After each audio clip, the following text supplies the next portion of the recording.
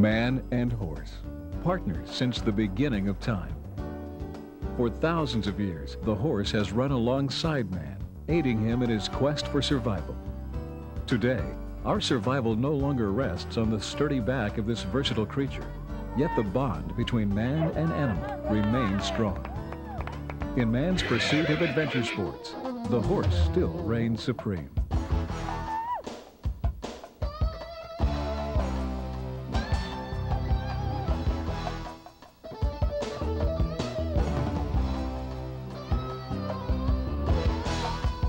Stacy Castle, your host for the 25th Anniversary World Ride and Tie Championships.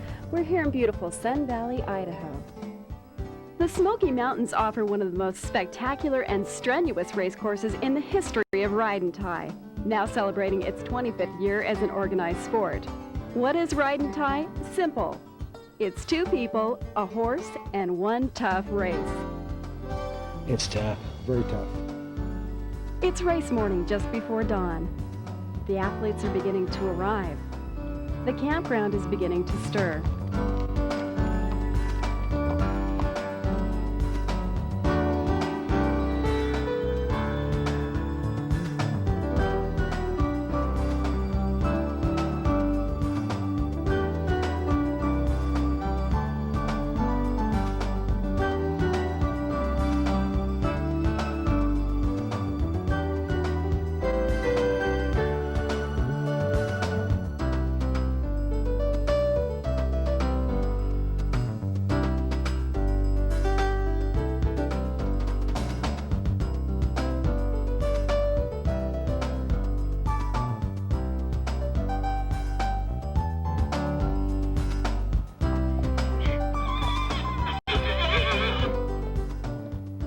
Competitors are gathering in the meadow just before race start. 13 minutes. My daughter is doing her first ride and tie today. 79 teams, 158 men, women, even youngsters, and 79 horses are here to test their skills in a sport called Ride and Tie, a combination of endurance horseback riding and cross-country running. Teams consist of 2 humans and a horse, usually an Arab because it's a long-distance animal. Let's take a look at the sport. At the start, one partner rides the horse and the other one runs. When the rider has traveled as far as he thinks his teammate can run, he stops, ties the horse to a tree, and takes off on foot. His teammate catches up to where the horse is tied, unties the horse and jumps on, riding it to the next stopping point and passing his teammate in the process.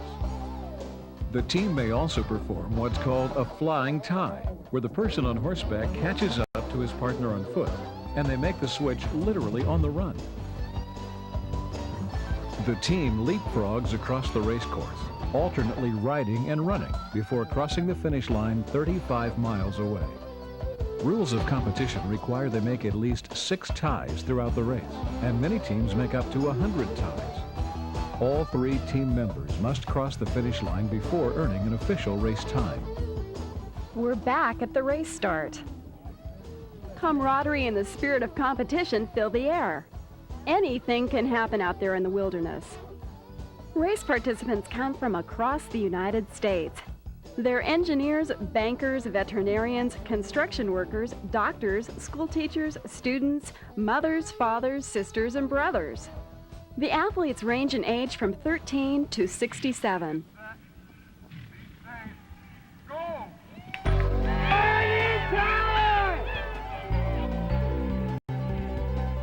And the race is on. They'll head straight up the race course, 10 miles uphill over a dirt road to Vet Check 1. Located in the Sawtooth National Recreation Area, the racecourse spans a broad 35-mile loop through rugged mountain terrain. The race starting point is in a meadow on the East Fork of Baker Creek at 6,900 feet above sea level. Leaving the start, the athletes race on a dirt road approximately 10 miles uphill to the first veterinarian checkpoint, called the Vet Check.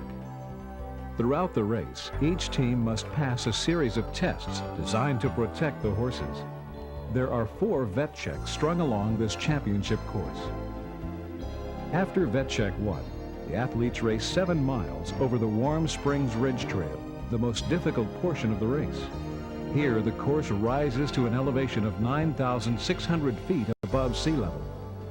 Vet Check 2 is located at mile 17, approximately half the distance of the entire race.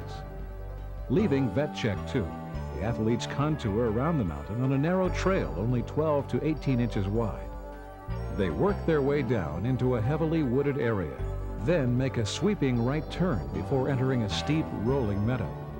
At that point, they descend rapidly, dropping 1,200 feet in 1.5 miles. Next, they cross the narrow gorge of Baker Creek several times, continuing downward to an area called Lost Shirt Gulch, also the site of Vet Check 3. Once the athletes make it to Lost Shirt Gulch, they're on the home stretch. They've reached the 23-mile mark in the race at an elevation of 7,400 feet. It's mostly downhill from here. Vet Check 4 closes the broad loop of the racecourse. Here, the athletes briefly experience the thrill of the finish line, located just a few hundred yards away. They've reached the 28-mile mark into the race. They're back at the base elevation of 6,900 feet. They've come a long way, but they're not done yet. The final 7-mile leg of the race, called the Wildflower Loop, may sound like a walk in the park, but the name's deceiving. By many accounts, it's actually the longest part of the race. Back at the race start, the runners head out right behind the horses. There's lots of commotion as many competitors make their first ties, switching from horse to foot. Here, crew members are ready for their teams, holding the horse while the other team member catches up.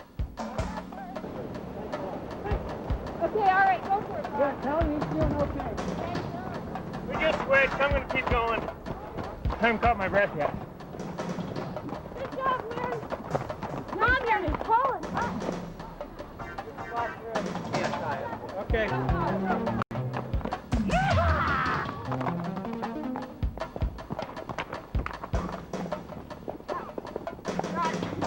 Oh, pardon me. Do you have any grapes or bones? Rocky! This man's ride just passed him on the road. The athletes gain 1,600 feet of elevation before reaching Vet Check 1.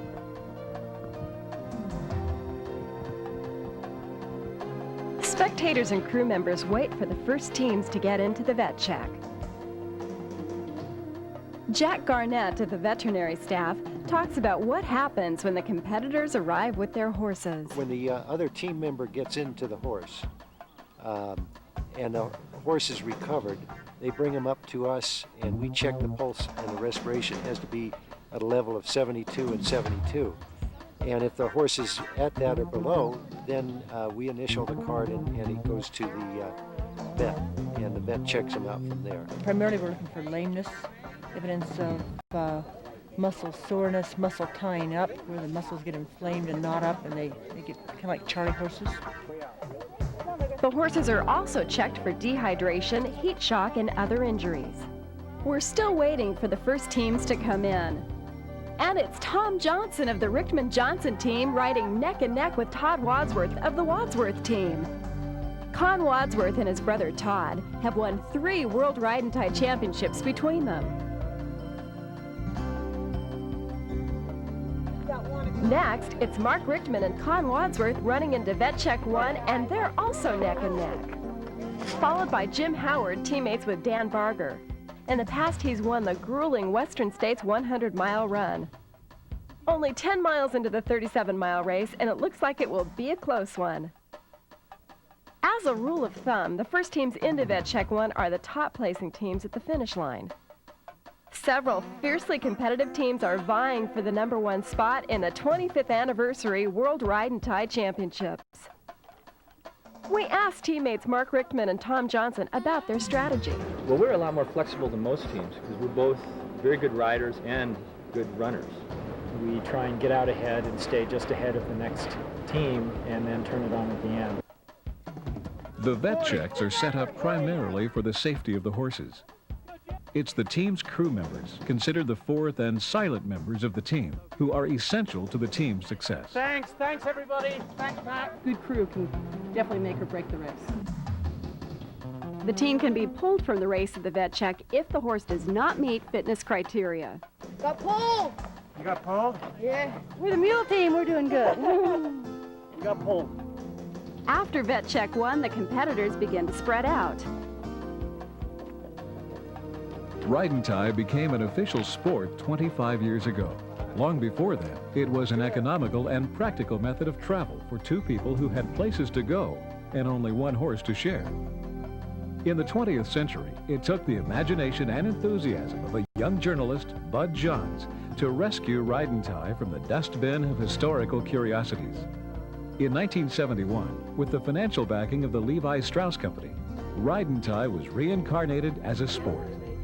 Affectionately regarded as the father of the sport, Bud Johns has raised generations of Ride and Tie athletes.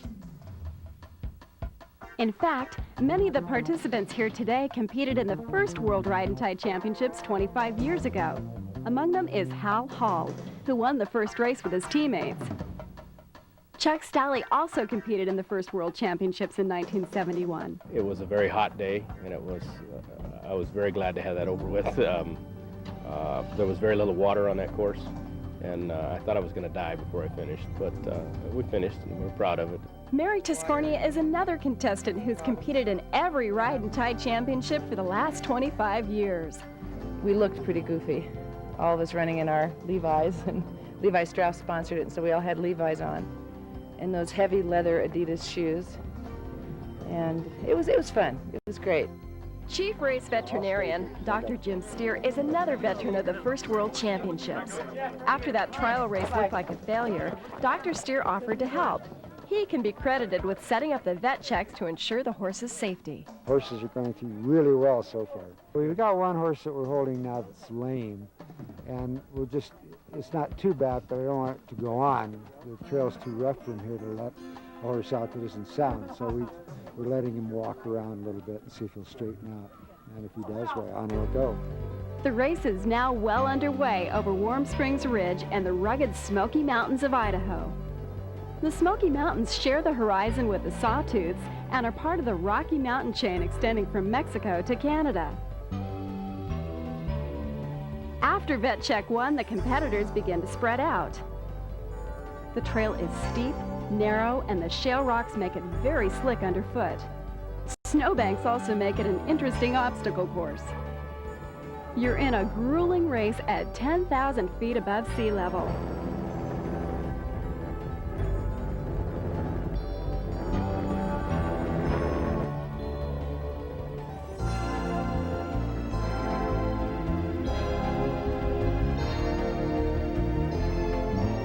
One of the challenges of Ride and Tie is to find your horse.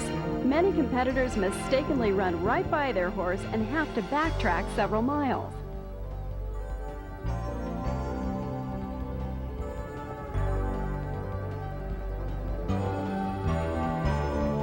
Seasoned competitors of Ride and Tie claim that their horse is the most important member of the team. It's more than half the horse. I mean, you can be the most terrific runner in the world, but if you don't have a good horse, you might as well forget it. They're fabulous animals. I mean, they really are fabulous animals. There's no other animal that will serve without being servile. There's no animal in the animal kingdom that can do it with a rider on its back and can do it all. It's definitely a bond between you and your horse. So I know what the horse is feeling after it's gone 25 miles, and I ask it to canter up this particular hill. My horse is Balou. He's my horse. I've had him since the day he was born. Back at the race, the athletes have just passed over a broad sloping meadow above them.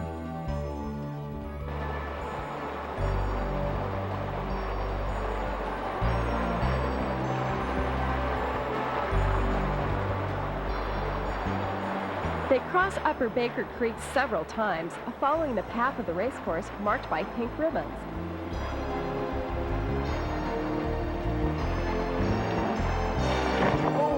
You okay?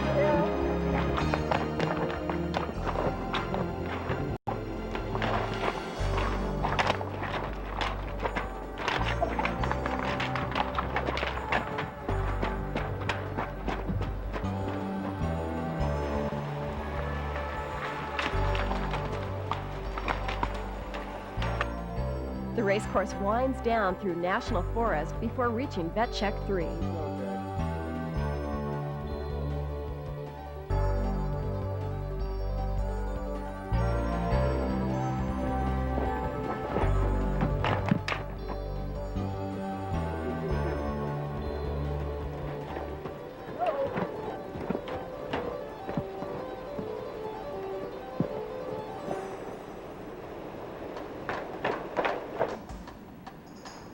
The race is heating up now. The leader, Con Wadsworth, is running into Vet Check 3.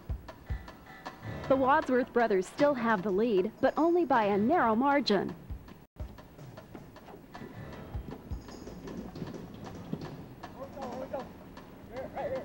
Tom Johnson is right on the heels of the Wadsworths, and is he moving? Teammate Mark Richtman is approaching Vet Check 3 with their horse Eli. The top teams move at an amazing speed, averaging 6-minute miles throughout the 35-mile race, including time spent going through 4 vet checks. Strategy plays a big role in this race. 84. Richtman waits for Eli to be checked out, and they're off. Jim Howard now arriving a few minutes out from second place, followed by teammate Dan Barger on Cimarron. Looks like Barger is taking time to cool off his horse. In third place, Jim Howard of the Barger-Howard team. Ahead of Howard, in second place, is Mark Richtman of the Richtman-Johnson team. And teammate Tom Johnson riding Eli. In first place, the Wadsworth brothers doing a flying tie on their way to the finish line. It's a close race. Close as it can get. By the time they reach Vet Check 3, 23 miles into the race, all 3 teammates, the runner, the rider, and the horse, have mastered the ridge.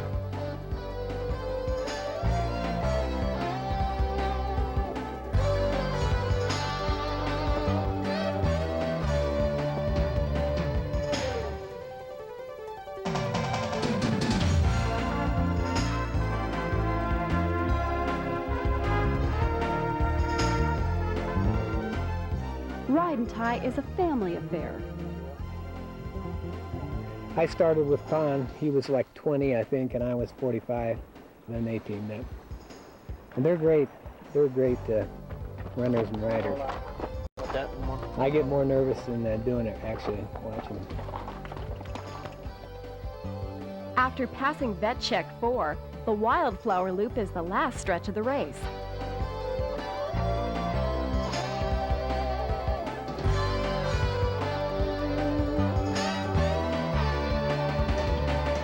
At this point in the race, the athletes, including their horses, are worn out. Everyone gets recognition in this sport. Awards are presented in 4 major categories: Open, Masters, Century, and Novice divisions. Miscellaneous award categories include Husband-Wife, First Family, Youngest Finisher, Oldest Finisher, and First Idaho Team. 1.5 miles, 2 miles, and that's it. All right, boy. Yeah. See you later. Yeah. 2 miles. It's 2 miles.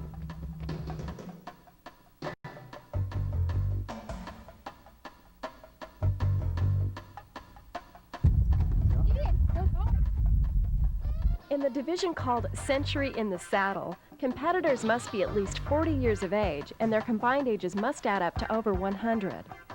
Warren Hellman and John Osterweiss are teammates competing in this division. We asked them what's so special about their horse. We call him Joe. He's 8 years old. Been a couple of years teaching him about ride and tie, and the most important element of which was having him stop so we could get on. This is the finish line. Please clear. The Richtman-Johnson team has taken over the lead from the Wadsworth brothers, capturing first place in 3 hours, 39 minutes, and 42 seconds. Hey, we're going to Disneyland. It was great. The Wadsworth brothers crossed the finish line only 64 seconds behind them. I thought we made a bad tie coming into vet check 4, but he caught me pretty quick. We knew if we were going to beat these guys, it had to be on the top in the rolling hills. We were ahead of them. We did what we wanted to do, but they just outran us there at the end. We weren't far enough ahead. The third team to cross the finish line is Dan Barger and Jim Howard riding Cimarron. Their time, 3 hours, 54 minutes, and 52 seconds. I don't think we could have gone too much faster on the 16-mile ridge because it just would have risked the horse, and we didn't want to take the chance of an injury and not finishing. The race veterinarians disqualified several horses and at least one human team member. Michele, Roush, and John Root are the fourth team to cross the finish line, taking first place in the men-women division. Here are the final results of the 25th Anniversary World Ride and Tie Championships.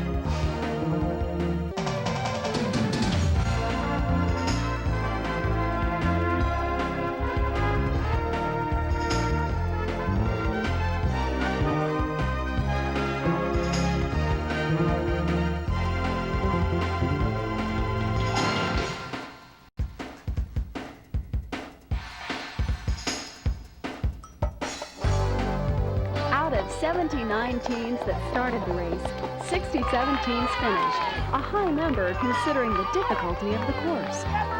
The horse is taking life easy. He thinks this is a walk in the park. Piece of cake, we're ready to go around again.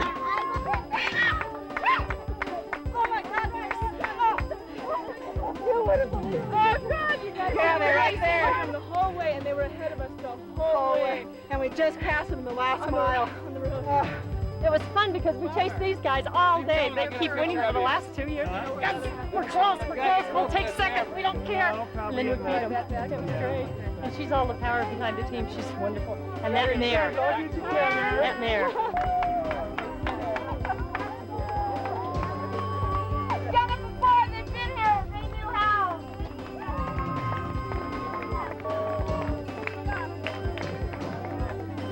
The bet is settled. The women have been beat. You cheat. Now, the women have been sorry, you know. Cheated, they knew the shortcut. It's the only way they would have beat us. We like to keep going as long as we can. We came in 7th overall and first place masters. We're a couple of old guys.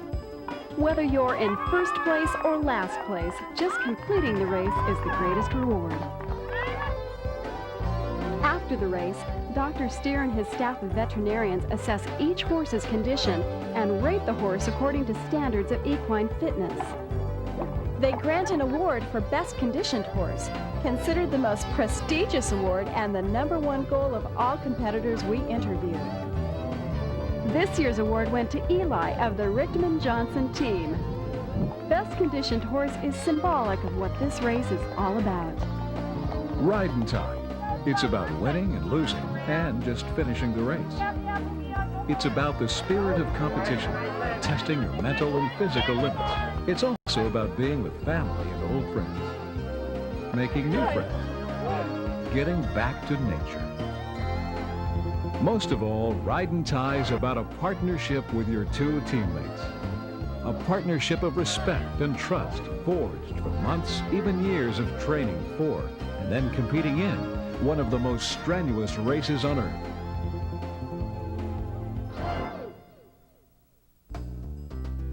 Over the next 25 years, there will probably be some changes. More high-tech gear, new terrain, new faces. Say, I've sworn off this race several times and then I can't stay away. It's a lot of fun and a big challenge. Keeps you young. One thing is for sure, the World Ride and Tie Championships will always remain one tough race.